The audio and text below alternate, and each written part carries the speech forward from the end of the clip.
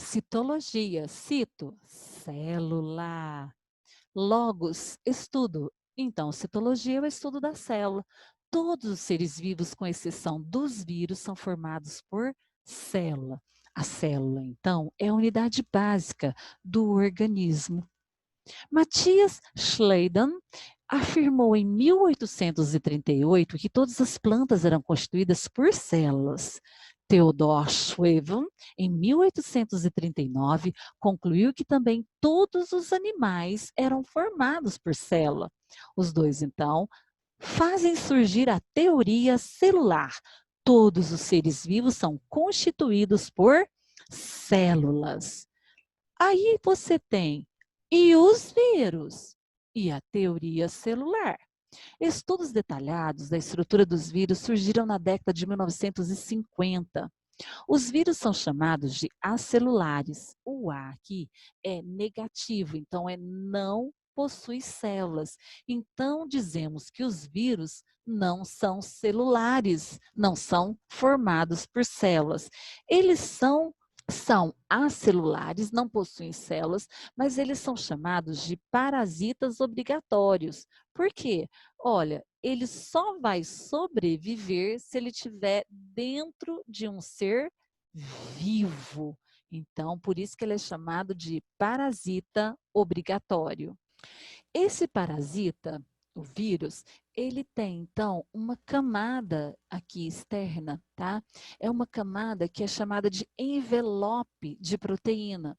Ele também tem aqui o material genético. Então, os vírus possuem ou DNA ou RNA. Se ele tem RNA, ele é chamado de retrovírus, tá? Esse RNA viral, tá? Ou alguns que têm DNA, então ele tem esse material genético, mas ele não tem aqui organelas para poder fazer proteínas, para poder fazer a duplicação e formar novos vírus. Por isso que os vírus não estão encaixados dentro da classificação dos seres vivos. Ele só é vivo e só pode ter as características celulares quando ele está dentro de uma célula parasitando. Mas será que essas descobertas dos vírus enfraquecem a teoria celular? Conceitos sobre as células. O que define os seres vivos? Primeiro, tem que ter organização celular para ser considerado um ser vivo. Existe a composição química, que pode ser moléculas orgânicas como proteína, lipídios, glicídios, ácidos nucleicos e as vitaminas. Podem ter moléculas inorgânicas como sais e água. E o metabolismo? Olha, metabolismo é um conjunto de reações químicas que ocorrem no organismo. Anabolismo, síntese de moléculas complexas a partir de moléculas menores. Exemplo, fotossíntese. Catabolismo é a quebra dessas moléculas complexas para liberar moléculas menos complexas, através da digestão. Nós temos também característica para se definir um ser vivo, o crescimento, ou seja, eles podem aumentar de tamanho em decorrência de um aumento do número de suas células ou de um aumento do volume celular. Os seres vivos também têm a capacidade de reproduzir, originando seus descendentes. Também tem a hereditariedade, podem ser transmitidas através do seu material genético aos seus descendentes por meio da reprodução. Excitabilidade é a capacidade de responder a estímulos químicos e físicos provenientes do ambiente. E também ocorre a mutação, que são a alteração do material genético. Célula. Quando a gente estuda a vida presente no nosso planeta, a palavra-chave é diversidade. Isto é, diversidade de quê? Tipos e tamanhos dos seres vivos, de funções, de locais, de unidade. Nós temos, por exemplo, o ovo de galinha que não foi fecundado é uma unidade, é uma célula. Agora, a galinha, ela contém centenas de unidades ou tipos de células. E estas células podem ser, então, definidas. Um ser vivo que possui apenas uma única célula é chamado de unicelular.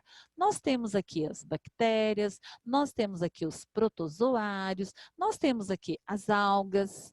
E os seres que têm muitas células ou várias células, nós chamamos de pluricelulares. Então, ó, esse é um ser multicelular. Um fungo é um ser vivo multicelular. A minhoca é um ser vivo que tem muitas células. É importante destacar que a forma da célula está diretamente relacionada com a função realizada no organismo. Por exemplo, nós temos aqui um corte visto ao microscópio de um intestino de mamífero, onde nós temos as células califormes, células escamosas, células basais, calunares e palissádica. Olha, as células califormes produzem e secretam muco. As células de revestimentos ou enterócitos, elas possuem essas microvilosidades aqui, tá? Projeção da membrana plasmática de sua região apical, que aumentam a superfície, olha, ele vai aumentar a superfície de contato desse tipo celular com a luz intestinal, facilitando o quê? O processo de absorção dos nutrientes. As células, em sua maioria, são estruturas microscópicas, cuja dimensão são medidas em unidades especiais como micrômetro, nanômetro e o angstrom. A maioria das células, elas estão aqui, ó, entre 1 e 10 micrômetros, tá? Ou seja, nós não conseguimos ver isso a olho nu. Precisamos de um microscópio óptico, tá? E os seus componentes ainda menores, como os vírus. Observem os vírus. Os vírus estão aqui, ó, entre 100 nanômetros e 10 nanômetros. Então, os vírus, eles também não podem ser vistos a olho nu. É microscópio de alta resolução, tá? Então, nós temos aqui as organelas, ribossomos, depois os átomos, 0,1 nanômetros. E depois de nanômetros, a gente consegue ver os átomos através dos angstroms. As características básicas das células são: elas podem ou não possuir parede celular. Olha, a parede celular aqui apresentada por verde. As células vegetais têm. As células bacterianas também têm. Mas as células animais, elas não têm essa parede celular que dá rigidez, dá sustentação. Outra característica é mais internamente, ou delimitando o meio dentro da célula e fora da célula, encontramos uma barreira que é chamada de membrana plasmática. Nas bactérias tem a membrana plasmática, na célula vegetal tem membrana plasmática e na célula animal tem membrana plasmática. Então, nós temos todas as células possuem membrana plasmática, onde vai separar a parte interna, aqui, olha, tá? Com o meio externo. Então, a membrana separa o meio interno da célula com o meio externo. Outra característica é que dentro da célula existe um semifluido, substância semelhante à gelatina chamada de citosol ou hieloplasma. Então, essas organelas, elas se encontram aqui no citosol ou citoplasma, que é também chamado de citosol. O citoesqueleto é uma característica aqui do conjunto de citosol e as estruturas subcelulares suspensas. Nós temos, então, os citoesqueletos, que realizam funções bioquímicas específicas para o metabolismo da célula, como, por exemplo, organelas celulares, retículo plasmático liso, retículo endoplasmático rugoso, complexo de Golgi, vesículas de secreção, lisossomos, e ele recebe o nome, então, de citoplasma. As características também básicas das células são que elas todas possuem o DNA, a molécula da vida, organizada na forma de cromatina e podendo estar presente no núcleo da célula ou dispersa no citoplasma. Então, aqui você tem o material genético, DNA, envolvido aqui no núcleo, separando o citoplasma, o DNA do citoplasma e das organelas. Aqui você tem o DNA, aqui você tem a membrana plasmática, separando o DNA aqui do material externo, que são as organelas, o citosol. Agora, o DNA de uma bactéria, ele está disperso aqui, ó, mas ela está aqui, o nucleoide, tá? O DNA. Então, todas as células possuem DNA. Na célula eucariótica, mostra-nos que, enquanto o núcleo varia de volume, o citoplasma permanece com volume constante. Portanto, a compartimentação na célula eucariótica, ela aumenta a superfície do citoplasma para fazer face ao aumento que o volume do núcleo está aumentando. Essa molécula que encontramos são aqui de DNA, nós encontramos o gene. Esse gene, tá? Ele pode, então, transmitir as características. Quando o DNA se abre e forma um RNA, essa fita de RNA, ela foi, então, transcrita. Essa transcrição acontece dentro do núcleo. Esse RNA é chamado de RNA mensageiro, ele sai do núcleo e vai para o citoplasma. Lá no citoplasma existe o RNA transportador e o RNA ribossômico. Então, o ribossomo, ele vai fazer aqui a tradução desse RNA mensageiro. E isso nós chamamos, então, de proteína. Produzir uma proteína, então, houve uma tradução. DNA para RNA, transcrição. RNA mensageiro formando proteína, eu tenho uma tradução. No processo de duplicação celular, a cromatina se condensa e forma os cromossomos. Então, eu tenho aqui dentro do núcleo, eu tenho um cromossomo. Esse cromossomo, ele vai estar espiralizado, ou seja, ele vai estar condensado. Depois, ele vai ser chamado, então, de cromossomo. E, quando ele estiver esticadão, formando uma linha, a gente chama ele de cromatina. Mas olha, cada pedacinho dele, você tem o quê? O DNA. A espécie humana possui 23 pares de cromossomos. Se eu tenho 23 pares, então no total eu tenho 46 cromossomos, uma espécie humana normal. O cromossomo 23XY é o sexo masculino. Nós vamos ver depois isso aqui, é um cariótipo, nós vamos estudar mais na frente num outro momento. Mas isso aqui, cariótipo aqui, então, nós temos que 44 autossômicos, né, células que não são do par sexual, e 2 cromossomos sexuais. Olha, como que as células da lente fazem proteína do cristalino? Então, o gene do cristalino é uma secção de DNA em um cromossomo. Então, você tem uma secção aqui, ó, né, em que há uma parte, olha, o DNA parte do gene do cristalino.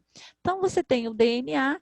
Ao utilizar a informação dessa sequência de nucleotídeo do DNA, a célula vai produzir, ou seja, transcrever uma molécula de RNA mensageiro. Ela copiou. Adenina se liga a uracila, citosina, guanina. Então, olha, se a adenina ligou a uracila, então eu tenho um RNA mensageiro. Do DNA, produziu, então, o RNA, transcrição. A tradução, né, a célula de tradução de informações na sequência de RNA mensageiros para produzir uma proteína, você tem o RNA transportador de aminoácidos, que vai traduzir esse RNA mensageiro, e aí você tem a produção da proteína, que a cadeia de aminoácidos se dobra em um formato específico de uma proteína do cristalino. Proteínas do cristalino podem, então, ser compactadas e focar a luz, permitindo, assim, a visão do olho. Então, essa é uma expressão gênica de transferência de informação de um gene, onde ele vai produzir uma proteína funcional no nosso organismo. Bom, as células elas podem ser procarióticas ou eucarióticas. As células procarióticas, o material genético está disperso no citoplasma. As eucarióticas, elas possuem o material genético envolvido por uma membrana, que a gente chama de membrana nuclear. Então, separa núcleo, aqui o material genético, do citoplasma, das organelas. No quadro a seguir, em que mais significa presença e menos ausência, temos um modo geral da síntese das principais estruturas das células e dos tipos de células nos quais podem ser encontradas. O que tem na célula vegetal e não tem na célula animal? Parede celular, plastos, né, os cloroplastos, tá? Não tem, e algumas, a gente pode dizer que é os vacúolos. Vamos analisar essa figura? A figura 1 diz, sem você eu fico sem oxigênio. 2, só olha. E 3, será que somos parentes? Eu dependo de vocês. Então, 1 é uma célula animal, porque precisa da célula vegetal, porque a célula vegetal, ou a célula que tem, no caso aqui, o cloroplasto, para realizar a fotossíntese e liberar oxigênio para ela mesma e para a célula animal. E a célula aqui, que é uma bactéria, ela possui, então, algumas bactérias de produzir oxigênio. Por isso que ela fala, será que somos parentes? E esse daqui é o vírus que só é vivo porque pode, ou seja, ele tem que ser parasitas dessas células para poder reproduzir. Até a próxima, pessoal.